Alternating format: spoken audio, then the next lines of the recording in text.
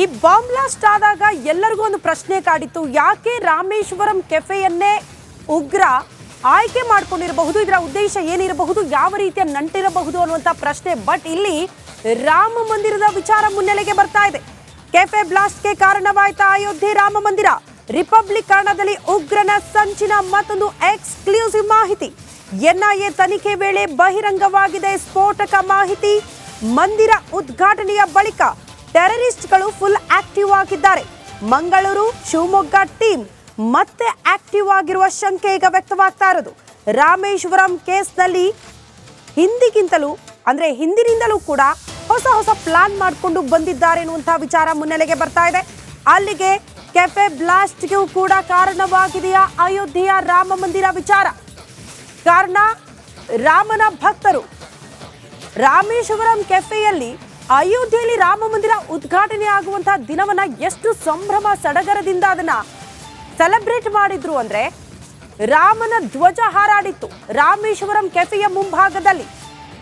ಹಾಗಾಗಿ ಇದು ಕೂಡ ಕಾರಣ ಆಗಿರಬಹುದಾ ರಾಮೇಶ್ವರಂ ಕೆಫೆಯನ್ನ ಸೆಲೆಕ್ಟ್ ಮಾಡಿಕೊಂಡು ಅಲ್ಲೇ ಬಾಂಬ್ ಸ್ಫೋಟ ಮಾಡೋದಕ್ಕೆ ಅನ್ನೋದು ಮೇಲ್ನೋಟಕ್ಕೆ ವ್ಯಕ್ತವಾಗ್ತಾ ಇರುವ ಶಂಕೆ. ಹಾಗಾಗಿ ಈ ಆಯಾಮದಲ್ಲೂ ಕೂಡ ಅಧಿಕಾರಿಗಳು ತನಿಖೆ ಚುರುಕುಗೊಳಿಸಿದ್ದಾರೆ ಅನ್ನೋದರ ಡೀಟೇಲ್ಸ್ ಸಿಗ್ತಾ ಇದೆ.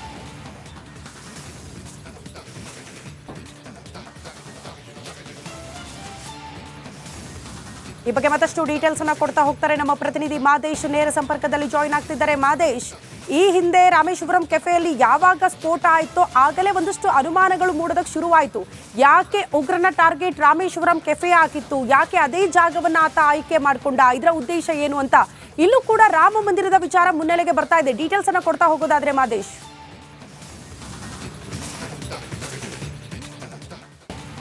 ಖಂಡಿತ ಶ್ರುತಿ, ಒಂದು ಘಟನೆ ಆದಮೇಲೆ ಎಲ್ಲ ಆ್ಯಂಗಲ್ನಲ್ಲೂ ಕೂಡ CCB ಅಧಿಕಾರಿಗಳಾಗಿರ್ಬೋದು ಮತ್ತು NIA ಅಧಿಕಾರಿಗಳು ಮಾನಿಟರ್ ಮಾಡುವಂಥ ಕೆಲಸನ ಮಾಡಿದರು. ಯಾಕಂದರೆ ಇತ್ತೀಚಿನ ದಿನಗಳಲ್ಲಿ ಒಂದು ಬಾಂಬ್ ಬ್ಲಾಸ್ಟ್ ಕೇಸ್ ಜೊತೆಗೆ ಈ ಒಂದು ರಾಮೇಶ್ವರಂ ಕೆಫೆಯನ್ನೇ ಯಾಕೆ ಅವರು ಟಾರ್ಗೆಟ್ ಮಾಡಿದ್ರು ಅನ್ನುವಂಥದ್ದು ಸದ್ಯಕ್ಕೆ $1 ಮಿಲಿಯನ್ ಪ್ರಶ್ನೆ ಆಗಿತ್ತು. ಆದರೆ ಒಂದಷ್ಟು ಅನಾಲಿಸಿಸ್ ಆಗಿರ್ಬೋದು, ಜೊತೆಗೆ ಆಗಿರುವಂಥ ಒಂದಷ್ಟು ವಿಚಾರಗಳಾಗಿರ್ಬೋದು, ಅದರಿಂದ ಯಾರು ಇರ್ಬೋದು ಅನ್ನೋಂಥ ಒಂದಷ್ಟು ತನಿಖೆ ಮಾಡಿದಂಥ ಸಂದರ್ಭದಲ್ಲಿ ಅಧಿಕಾರಿಗಳಿಗೆ ಒಂದು ದೊಡ್ಡ ಡೌಟ್ ಬಂದಿದೆ. ಏನು ಅಂತಂದರೆ, ಇತ್ತೀಚೆಗೆ ಅಯೋಧ್ಯೆಯಲ್ಲಿ ರಾಮ ಮಂದಿರ ಉದ್ಘಾಟನೆ ಆಯಿತು. ಅದಾದ ಮೇಲೆ ಈ ಒಂದು ಡೆವಲಪ್ಮೆಂಟ್ ನಡೆದಿರೋದು ಎಲ್ಲ ಒಂದು ಕಡೆ ಸಾಕಷ್ಟು ಅನುಮಾನ ಮೂಡಿಸಿದೆ.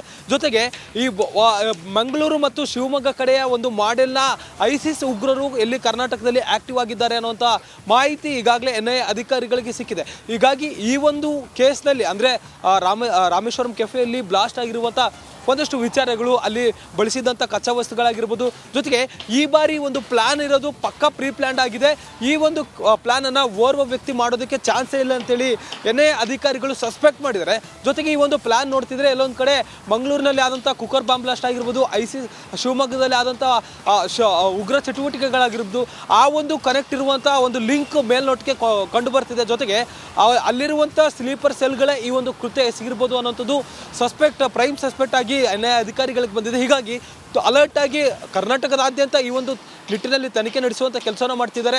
ಇನ್ನೂ ಕೂಡ ಘಟನೆ ನಡೆದು 6 ದಿನ ಆದರೂ ಕೂಡ ಆರೋಪಿಯ ಚಹರೆ ಪತ್ತೆ ಆಗಿಲ್ಲ. ಅಷ್ಟು ನೀಟಾಗಿ ಪ್ಲಾನನ್ನು ಎಕ್ಸಿಕ್ಯೂಟ್ ಮಾಡುವಂಥ ಕೆಲಸವನ್ನು ಶಂಕಿತ ಉಗ್ರರು ಮಾಡಿದ್ದಾರೆ. ಜೊತೆಗೆ ರಾಮೇಶ್ವರಂ ಕೆಫೆ ಅಂತಲೇ ಯಾಕೆ ಅವರು ಟಾರ್ಗೆಟ್ ಮಾಡಿದರು ಅನ್ನೋದಾದರೆ, ಇತ್ತೀಚೆಗೆ ಅಯೋಧ್ಯೆಯಲ್ಲಿ ರಾಮ ಮಂದಿರ ಉದ್ಘಾಟನೆ ಆಯಿತು. ರಾಮನ ಹೆಸರಲ್ಲಿ ಯಾವುದು ಕೂಡ ಬೇರೆ ಹೋಟೆಲ್ಗಳಿಲ್ಲ. ಜೊತೆಗೆ ರಾಮನ ಹೆಸರಲ್ಲಿ ಬೇರೆ ಯಾವುದೇ ರೀತಿಯಾದಂಥ ದೊಡ್ಡದ ಆಗಿಲ್ಲ. ಈ ಒಂದು ರಾಮೇಶ್ವರಂ ಅನ್ನೋ ಹೆಸರಲ್ಲಿರುವಂಥ ಕೆಫೆಯನ್ನು ಅವರು ಟಾರ್ಗೆಟ್ ಮಾಡಿದ್ದಾರೆ ಅಂತೇಳಿ NIA ಅಧಿಕಾರಿಗಳು ಮತ್ತು CCB ಅಧಿಕಾರಿಗಳು ಕೂಡ ಸಸ್ಪೆಕ್ಟ್ ಮಾಡುವಂತ ಕೆಲಸವನ್ನು ಮಾಡಿದ್ದಾರೆ. ಸದ್ಯಕ್ಕೆ NIA ಅಧಿಕಾರಿಗಳು ಮತ್ತು CCB ಅಧಿಕಾರಿಗಳು ಜಂಟಿ ಕಾರ್ಯಾಚರಣೆ ನಡೆಸ್ತಿದ್ದಾರೆ. ಈ ಒಂದು ಮಾನಿಟರ್ ಮಾಡುವಂತ ಕೆಲಸ ಮಾಡ್ತಿದ್ದಾರೆ.